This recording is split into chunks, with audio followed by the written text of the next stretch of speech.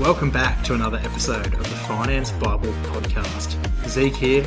And your co-host, Oscar. But before we get into it, please note that nothing in this podcast should ever be considered as personal financial advice. Of course, if that is what you are seeking, reach out, we'll get you in touch with the correct professionals, get the job done properly. Sit back, relax, and enjoy the show. Let's get into it. Welcome back to another episode of the Finance Bible podcast. If you're listening to this right now, there's a good chance you're already doing better than most. You're earning good money, you've got discipline, you're not reckless. Maybe you've been praised for being, quotation, smart with money, but deep down you know something's not right. You're not where you want to be. You might still be renting, which isn't really a bad thing. You're still unsure, you're still waiting for that moment where things start to click. And the worst thing is you can't even point to what went wrong because you follow the rules that society's given you for the last 20, 30, 40 years of playing it safe. So this episode is about why that path, the safe path, is quietly keeping smart people stuck and what it really does cost you down the track. Let's rewind for a second. What were you taught about money growing up? In school, at home, what were you actually taught? What were the fundamentals? Because if you're anything like me, the lessons were pretty simple when you were quite young. You're told to save your money, get out of debt, don't even go into debt, so avoid debt fully, buy a home to live in, don't really take any risks and play it safe. Now, don't get me wrong, our parents weren't wrong for believing that. Back in their day, that worked 100%. You had wages which were in sync with house prices. You could buy a home on one income. You don't need two good incomes to do that. Job security was a real thing back then. In 1985, the average home in Sydney was around $75,000 and the average full-time wage was 19 grand. So that's about 4 times your salary back then. Today, Sydney homes average $1.6 million and the average wage is only $98,000. So that's over 16 times your salary for the average home. So the rules have changed, you can see that, but the advice didn't. And this is why so many people are stuck right now. And if you're still playing by that old playbook, you're in a game that's been completely rigged. Here's a trap. Safe feels good. It gives you the illusion of control, of certainty, of responsibility. But if you're playing it safe, you're not really going to move forward. And it doesn't mean moving forward. It definitely doesn't mean being free as well. The average Australian, which is quite drastic, retires with just over $300,000 in their super. For women, it's even less. It's around $240,000, $245,000. Yet studies show that you'll need between $85,000 a year, in my mind, to retire comfortably. You might see other studies, you might need 40, 50 grand, which is ridiculous. No one can live off 40, 50 grand. In retirement, generally you actually spend more because you're doing more activities. So I believe around $80,000, $85,000 per year is a comfortable retirement. So do the maths. That safe approach of 300K in super, which is the average Australian, that runs out in 4 to 5 years. But the funny thing is retirement is 20 to 30 years long. And for some people who have played the game the right way, they're going to be retired for a lot longer than 20 to 30 years. But that kind of safe is not safe, the $300,000 side. It's literally a slow financial death. You're not failing dramatically, you're just gradually running out of time, which is also worse off. Most people think that by not making a move, they're staying neutral, but inaction, not actually doing anything about it, is not neutral. It's a decision with consequences. So, for example, if you're making 120 grand a year and not building leverage, your income is being consumed by your lifestyle and, most importantly, your tax. So you're realistically just cycling dollars. So, for example, if you did have 120 grand a year, instead of not building leverage, why don't you use that money to borrow more money from the bank to build up your empire and start your property investment or shares or buy a home, what you're wanting to do?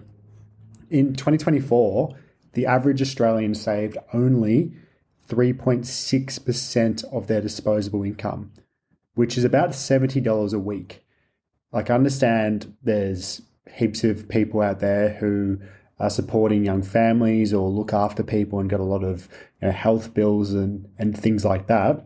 But $70 a week was the average, which, you know, isn't really that much. You're spending, if you do like to go out on the weekends, you're spending these days at least $200 on one night, on a Friday or Saturday night, but people only put $70 a week into their savings. It just, yeah, it's not financial momentum. It's literally just survival mode and just getting through. Like, imagine this scenario. You're at the airport. There are two moving walkways. One takes you forward and the other on your left stands still. You step onto the one on the left, which stands still, and you feel safe. But everyone else on the right-hand side is moving past you. And then all of a sudden they're in front of you and you're watching their backs. This is exactly what happens when you follow safe strategies in a world that's accelerating in front of you. A 2023 report from Finder found that 71% of Aussies don't invest because they're scared of making the wrong move. Not because they don't have the money, they have the money. And not because they don't want freedom, because everyone wants freedom. They're just scared. And it's understandable, like you go on TikTok and social media and there's so many people who are, smashing everyone about you should invest in this, invest in that, especially in cryptocurrency. Everyone's the experts. So, understandably, people are scared and don't know who to trust. But the thing is, we've been taught to avoid risk like it's a disease. But here's what no one tells you. Comfort is just a slower risk. It doesn't feel dangerous, but it kills momentum. The biggest risk, and what I've told myself in the past, if I was ever nervous about something, is the biggest risk in life is not taking a risk at all. So that can be, starting that business. It can be investing in that property and buying those shares, messaging that person that you want to get back with, anything. It goes for everything. But if you don't take a risk at all, that is the biggest risk that you ever will take, if that makes sense. I remember talking to someone last year who was in their early 30s, good salary of 110 grand, no kids, they're renting, pretty good saver, I'd say, quite disciplined. They'd been researching for 2 years of where to buy, what to do with their money, etc. And they've had conversations with companies and individuals as well who can help them buy these places or put them in the right path. But they never pulled the trigger. They were still stuck, still nervous. And in that same time, their friend who acted made over 80 grand in equity just because they took action and didn't wait along the sidelines, because they moved. And that's what it's all about. Goes back to the airport scenario. You gotta move forward and just take the leap and take the risk, because a calculated risk is obviously better than just a normal risk, which is a gamble. So you never want to do that. But speaking to the right people and doing your research, that's fine. But it doesn't take 2 years to do research. It might take a week or 2 weeks. When people say they've been sitting on the sidelines for 2 years or waiting for the right time to do it, that's just another excuse they're trying to tell themselves so they don't feel bad. But this exact scenario, this has actually happened more than once, of people coming to us who've been sitting on the sidelines for a long time, and other people in that same time frame who've come to us and go to other people as well, have made drastic amount of money just because they've done the action. The funny thing is, when this person buys their first property, someone else in a similar position back then is already onto their third. So it's just funny how things happen like that. The most important thing is the importance of rebuilding this idea of safety. Because when you're saying, you don't want to be safe, we're not telling you to be reckless, because that's not it. I'm telling you to be more strategic, and strategy feels unsafe at first because it's unfamiliar. But once you get, familiar with it over time, it turns into control, and control over your time, control over your income, and control over your decisions, which are the three most important things when it comes to building your financial backing in your empire.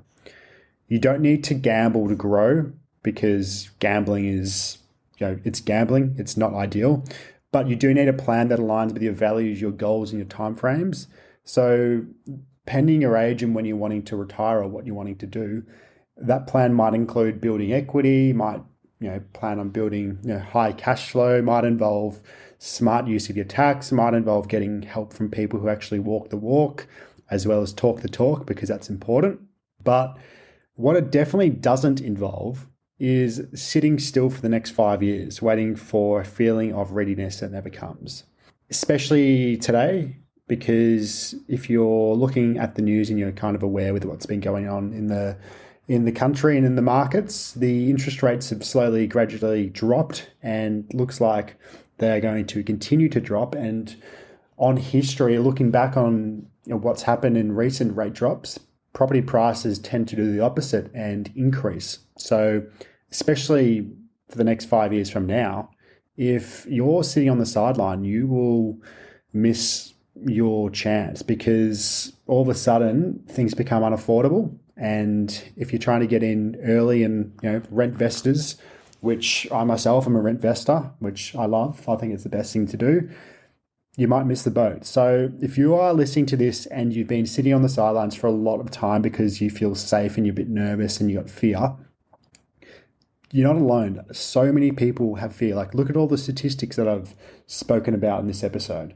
The majority of Australians are fear focused, and they'll never take a leap until it's too late. And unfortunately, that's what happens. And then they live off the government income, and then the government income of retirement and pension is gradually decreasing every single year. So who even knows if that's going to be around by the time you retire? Most likely it probably won't.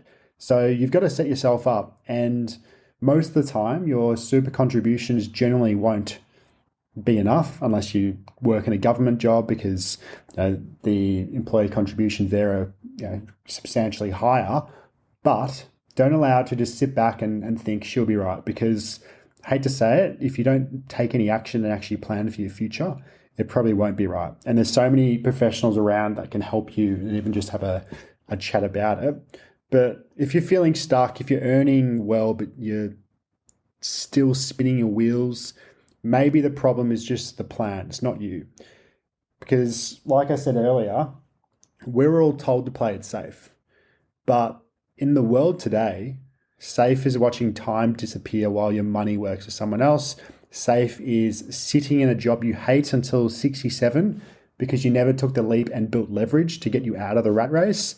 As well as, like I just mentioned, hoping super will give you freedom, but deep down, you know it won't, which is unfortunate. The truth is, you're not here to play safe. You're here to build freedom, create a legacy, and if you're ready to start asking better questions, we're ready to help you find better answers. That's why we do the podcast. So if you have any questions or you want to get in touch, feel free to hit us up. But it's so important to stop playing it safe, because the safe path in life in today's day and age is secretly keeping you broke. We'll see you on the next episode. We hope you enjoyed the episode. As always, you know exactly what to do. Hit that follow button, subscribe, whatever platform you listen to this podcast on. Also share it to friends, families, co-workers, whoever you think may benefit from it. But unfortunately, it's the end, and we will see you next week.